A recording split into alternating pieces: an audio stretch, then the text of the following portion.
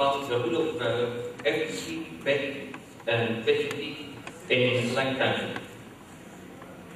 Most of the clinical perspectives from my own experience and my teamwork experience in IMC. I will cover in my team a very brief background about the microbiology and also the epidemiology of cancer lung and the indications of PET, the evidence-based clinical indications of PET in cancer lung.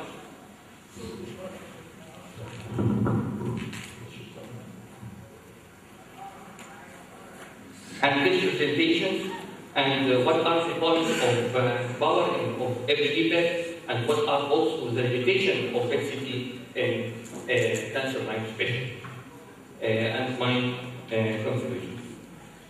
To start with, this slide is very important slide for me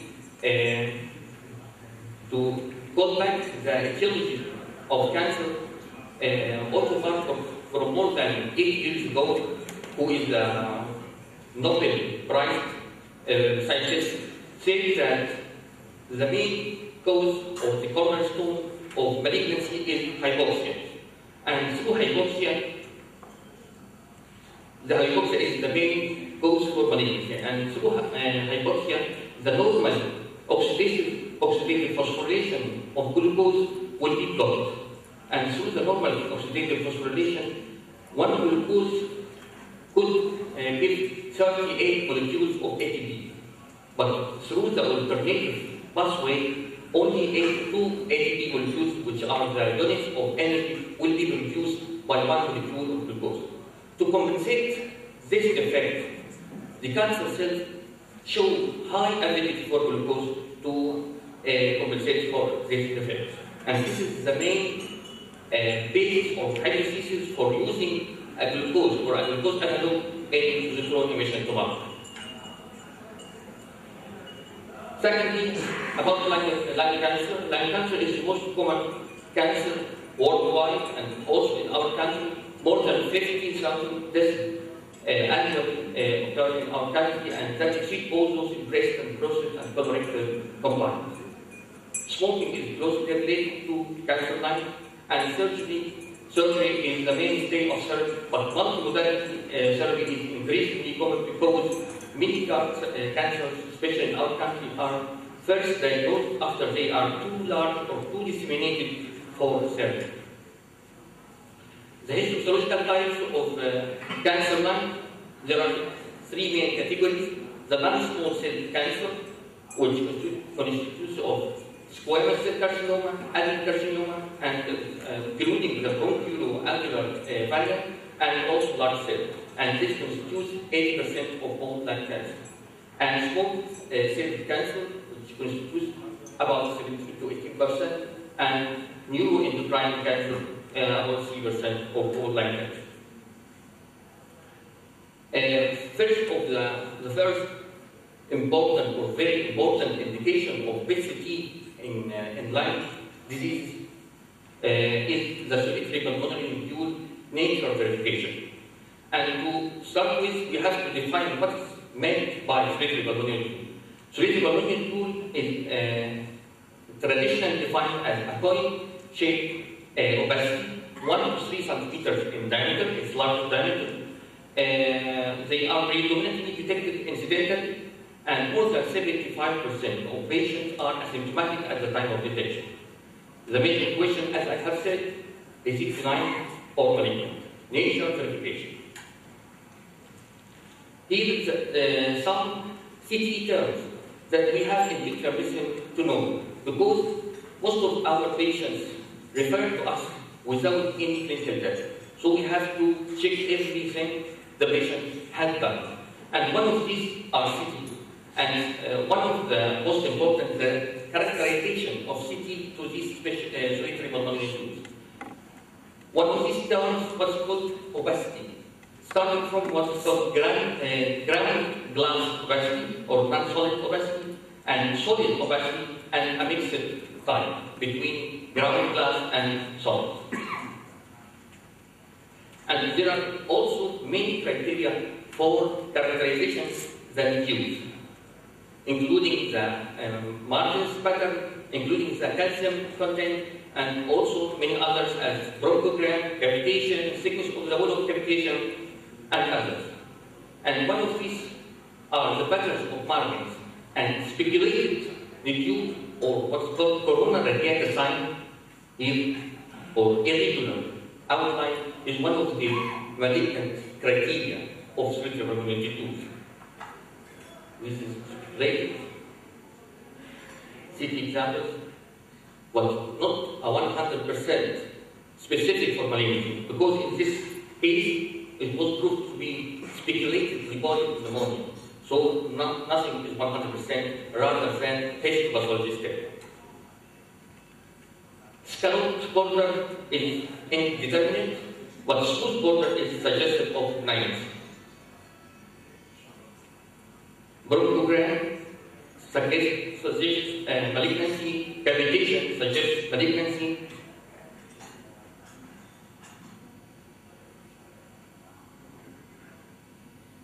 Calcification also suggests benign diagnosis.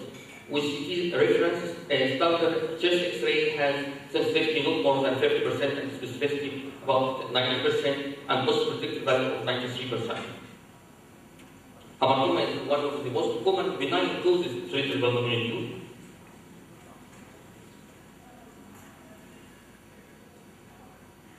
The pattern of calcification, is it stable or eccentric or laminar or bookworm? All of these are signs to verify the nature or characterization or to differentiate between benignancy and malignancy. Eccentric suggests malignancy. Also around the Atelectasis suggests malignancy. All of these criteria come from the CT or from daily diagnosis. We have to know at least the related criteria related to our specialty or our type.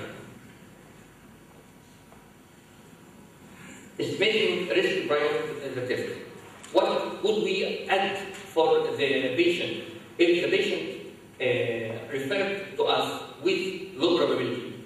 Could we increase this low probability, or we should confirm the low probability? What is important? What is the clinical question? What is the clinical question of referral? We have to know the prior test, likelihood or probability, to know what is our strategy to deal with this patient. There are many what is called risk factors or triple box assessment or analysis of risk stratification of patient related to the patient himself and the nodule, and also the whole status of the patient and his referral doctor. Starting from the age of the patient, smoking and exposure to carcinogens, traveling history of the patient in the last few months, imaging feature of the cerebral nodule, size, calcium content, stability over time, or what is called growth rate, and age characterization. There are some criteria for the low likelihood of malignancy, including the volume coupling is either less than 30 days or greater than 500. The lesion is uniformly calcified. The patient is younger than 30 to 35 years old. The lesion is less than 2 centimeters. The markers on CT are smooth. The patient has never smoked. The patient lives in an area endemic of fungal infection. And the opposite, higher likelihood, doubling time is between 1 to 1 month or 6 months. Conveniently, the patient has a history of smoking. Patient is occasionally symptomatic. The patient is more than 45 years old, and the lesion is greater than 2 centimeters. And also irregular markings, no calcification at all. And there is also what's called solitary pulmonary nodule probability calculator. And what is much more better than that is what is the mental calculator. We have to do all this data functioning, make functioning of this all data in our mind to decide if the patient will benefit from our investigation or not. What are the other diagnostic tools rather than FDG PET CT? There's CT, there's dynamic CT, the contrast enhanced CT, there is something invasive that has bronchoscope transthoracic biopsy. And this is a cascade for how to deal with a nodule more than 1 centimeter in its largest diameter. First example of case presentation. This is a 68-year-old patient, so he is older than 35 or 40 years. The patient is a smoker, so he was exposed or is exposed to carcinogen, new cerebral pulmonary nodule, flow glucose order to assess the nature of the suction nodule. From the history, there is a high probability of being malignant. And from CT, also the outlines are irregular. There is no calcification at all. FDG confirmed the high likelihood of malignancy by showing high avidity of glucose inside or within that nodule. So, pulmonary nodule intensely hypermetabolic with H2B max of 7, and there is increased likelihood of malignancy. What is the power of PET here? Firstly, characterization of cerebral pulmonary as probably malignant, probably, still not certain malignant, and found no other hypermetabolic sign. Used the most sensitive test to evaluate for metastatic disease, because the nodule may be either primary lung cancer or maybe a secondary. So we make what's called one-stop shopping or one whole body portrayal or survey. So either no other metastasis or lobe antibody or the primary obstruction nodule could be detected. Patient sent for cercotomy and found late stage adenocarcinoma of the lung. The second case, 50-year-old lady with cerebral pulmonary nodule, also in right upper lobe, 1 centimeter smooth border, 1 centimeter smooth border, and non-calcified. There is some conflicting criteria. Smooth border, 1 centimeter, less than 2 centimeters, and non-calcified is with malignancy. And smoking history is also equivocal, but 15 back years stopped 15 years ago. So it is also equivocal. No other symptoms. This is what is called indeterminate probability of likelihood. How could we help such patients? Here is the CT and here is the FDG PET. FDG PET shows no trapping or no fixation of glucose at all in such a nodule. So the indeterminate likelihood of such a patient becomes or became after doing PET very low or very least likelihood of malignancy. This is the power of PET CT. The power of PET CT should be done in the indeterminate people, not in the high probability or not in the low probability. It should be done in this category. This category lies between the or in the middle 50% percentile. That is, say from the 26% till 74%, and these patients benefit from our power. So in this case, the patient pre-test likelihood was 26%, given the relatively smooth borders, and given the negative FDG PET, post-test probability of the disease would be or was 2%. Given the low likelihood of malignancy, the patient was risk stratified to a watch and wait strategy. The third case, 6-year-old male, 40 back year, history of smoking, hemolysis once, and cerebral pulmonary nodule. And this patient, this is a nodule with irregular outline, but no calcification. 60-year-old patient, no FDG at all uptake. But we have reported that patient as a negative patient, but we have also added a post-hurt or a remark that we have also our limitations. The patient could be either carcinoid or bronchoalveolar and we couldn't certainly exclude both doses. The patient went to biopsy despite our result of negative result. He went to biopsy because his referral doctor respected our remark, and he was very clever enough to save his patient. And pathology as well. And staging, and he again asked us how to stage the patient, and we answered octreotide will stage this patient very, very active. The second indication is staging, and the staging is very important. And in non-small cell cancer, lung cancer, the T2N1 system was adopted and stable and standardized for such a task. Tumor mass characterization is possible, but we are not optimal.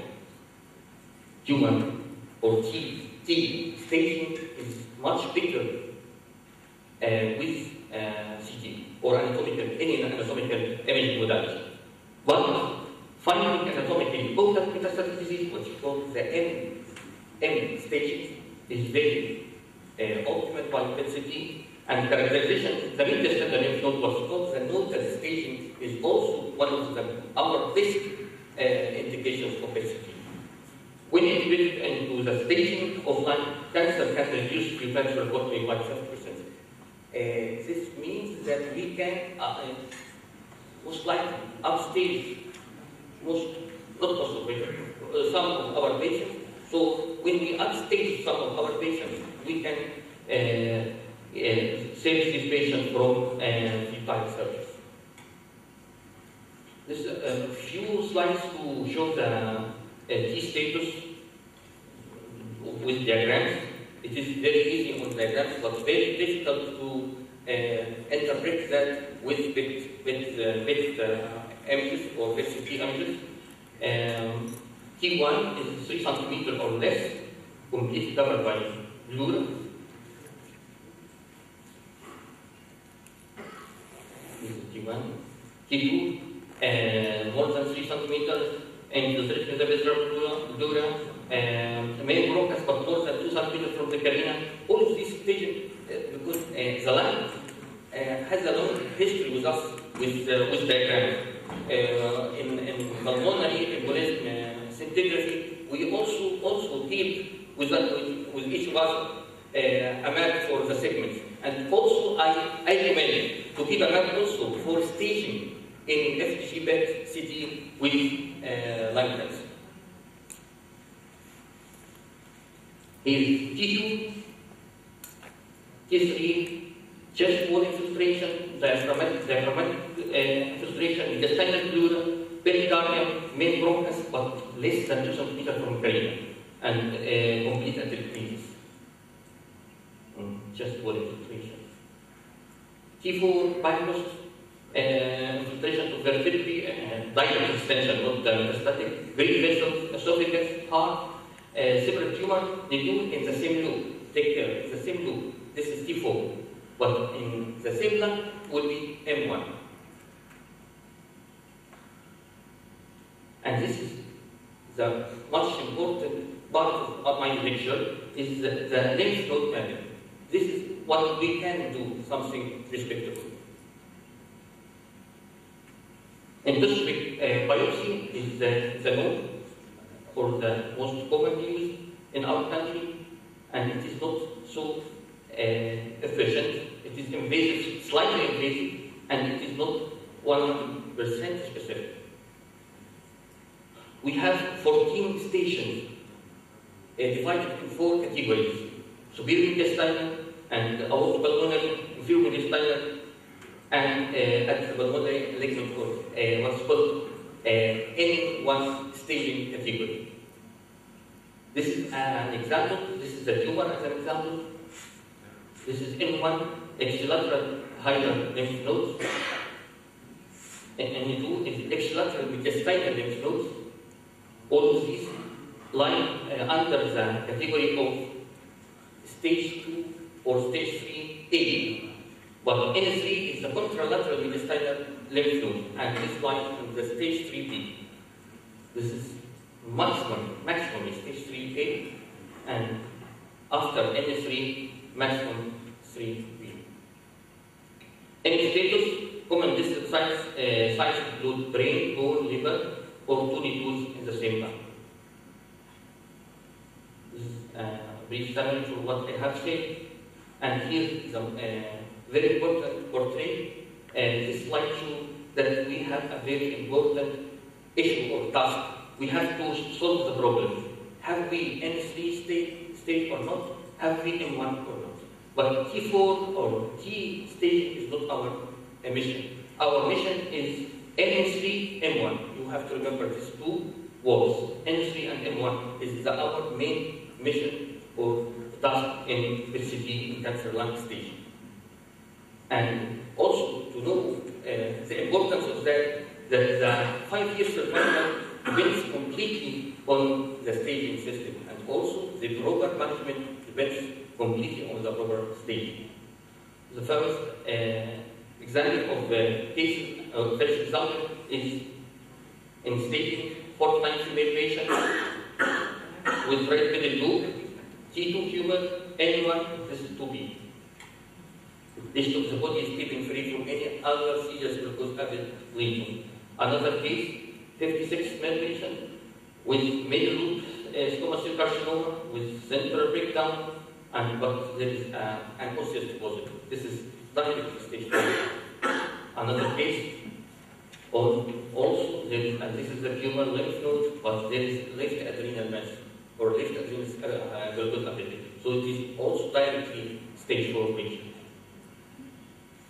Another case I have brought this example to show that we can see in PET CT osseous deposit rather than shown or scanned or portrayed in one scan. Because one scan shows the osteosclerotic lesion, but in PET we can show mainly osteolytic, but also the osteosclerotic. So I can say with high confidence that PET CT could replace one scan. Upstage the patient to stage 4, detected more disease than one scan, risks to refer the patient away from acute invasive procedure. Rule in the neo-adjuvant assessment of response to therapy, FDG PET is very beneficial. There is an example of 60-year-old female patient with non-small cell lung cancer, stage 3B, patient treated with chemoradiotherapy, and 6 weeks after it was referred to us to one cancer status and completely resolved it, although there is still a shadow in the CT. What are our limitations?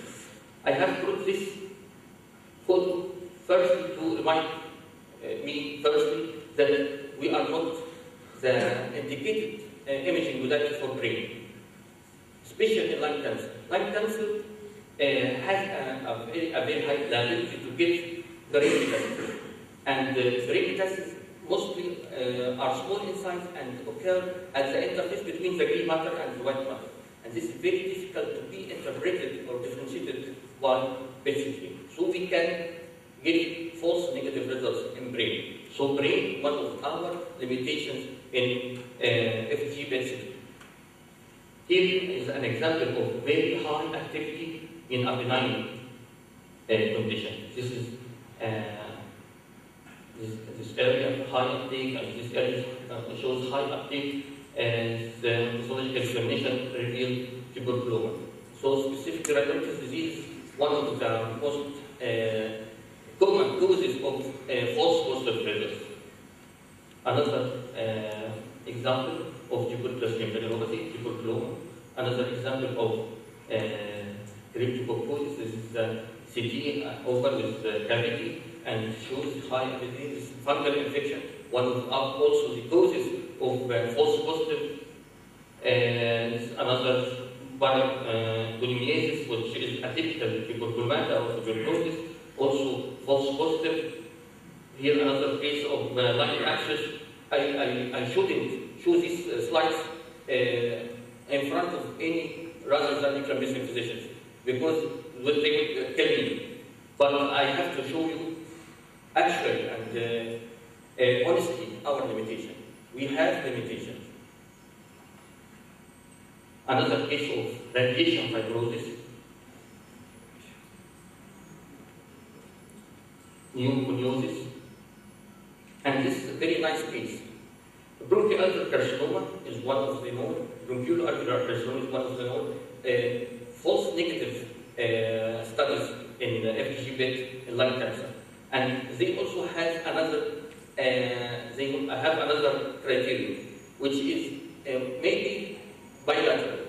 And this patient actually has bilateral bronchoalveolar lesion. One in the upper lobe of the left lung, which is this lesion, and it shows, fortunately, FDG ability. And another lesion also that was proved is to be bronchoalveolar, but it doesn't show any FDG ability or didn't show any ability. So, bilateral similar histopathological lesions, the first shows glucose ability and the second doesn't show glucose ability. It happens because the mucinous content of the bronchoalveolar could vary between the lesions. There is another example of also false negative. The metastatic lung relief from extrapulmonary neoplasm, especially the mucinous adenocarcinoma of GIT, and also renal primaries also could get negative FDG metastasis in lungs. This was our limitation. One of the advantages of PET CT is to tailor the field of radiotherapy correctly. Here, as an example, a patient with a mass with enlarged mediastinal lymph nodes, the field CT based, and here the same patient, the same physician, the mass is glucose active, but the lymph nodes are not glucose active. So it could be with the agreement from the radiation therapist to make the plan of the field of therapy through PET, not through the CT, and saving the mediastinal or this not FDG avid lymph nodes. Another problem that could be solved by PET rather than CT due to the respiration, either to use what's called gating respiration or gate acquisition to avoid what's called the eyebrow sign. We can use what's called the PET only PET based or metabolic in radiation therapy because this is a very slow acquisition imaging modality, and the respiratory cycle will be compensated inside. This is an example of delivering the radiation therapy altered by PET. FDG PET was able to differentiate post-obstructive pneumonitis from human. If a radiation board was to be designed based on the functional study, it would allow examination of the dose to the tumor and minimization of the dose to normal tissue. Last two slides, I will go to something we have to respect: the radiation protection issues. We have what's the common or the horse word in nuclear medicine is the technician. So I have brought something from AIA to show the difference between technician and FDG. Technician, the half band layer is around 5 millimeter, which almost equal to our apron, 0.3 millimeter. The 0.3 millimeter is the little equivalent of our apron, half band layer. And in any digital emitters, 511 photon emitters, in the broad beam, 5 millimeters. That is to say, about 17 times the apron thickness. So to shield or to protect us from half of the energy of the positron emitters, you have to wear 17 aprons, which is impossible. So this is a very common argument. I always say no need for aprons with working with positron emitters. only with technetium or in gamma emitters or as technetium. The dose rate for the staff, this is for the staff, not for the patient. The dose rate at 10 centimeter is 114 microsievert per hour, and at 1 millimeter is 5 microsievert per hour. And for FDG, 550 and 70 at 1 meter per hour. 1 meter at, during acquisition of the patient, and 10 centimeter during injection of the patient. So we have known this in our department, and we decided to not let our technician to make more than 6 patients per day. So if we want to do more than 6 patients, we have to have 2 technicians, because the dose limit of any occupational person is 100 microsievert per hour, provided that we are working 200 days per year. So to take our dose limit and not exceeding that, we shouldn't exceed 6 patients per day for each technician or for each physician. My conclusion, lung cancer are not small cell, but in non-small cell. All my talk is about non-small cell lung cancer, not small cell, because small cell is chemosensitive, no major role of surgery in small cell, and small cell also the staging is very what's called limited or extensive disease, so no also obesity, and only we can help in guiding or directing the radiation therapy or the palliative radiation therapy for such patients, especially disease patients, the 5 years of low or bad prognosis. Cerebropulmonary tool evaluation role in the intermediate probability, not in the high probability, not in the low probability. Value is the negative study when large and positive when it is small. Staging of lung cancer, nodal and metastatic staging but not staging are optimal PCT indications. Value is in the positive test, allowing the application of appropriate therapy to the actual state of the patient, as well as its usefulness in metabolic and radiation therapy. Safe futile phlebotomies in patients with advanced disease. Also to be used in restaging and in asymptomatic patients, and also to assess the response to therapy, and to also to help in integrated radiation therapy. And also I want to make a comment, short comment on the SUV value or SU value. Is it a city useless value or standardized uptake value? Is it beneficial or safe? I think it is very safe if the referral clinician use it. If the referral clinician, the only question of him is what is the SUV? So it is very safe because he doesn't know what is meant by SUV. But it is very valuable for us because rather than the staging system, the SUV value in the literature, many editors or physicians have done a lot of research. They proved that SUV max over 10 in lung cancer, especially lung cancer, these patients have worse prognosis than those who have less than 10. But the referral physician shouldn't know this joker. This is a card in our hands. We shouldn't give this card to others because we know what's behind. This could be changed or altered by many functions, by injection, by positioning, by timing of acquisition, by the renal function. So we shouldn't leave that for others in their hands.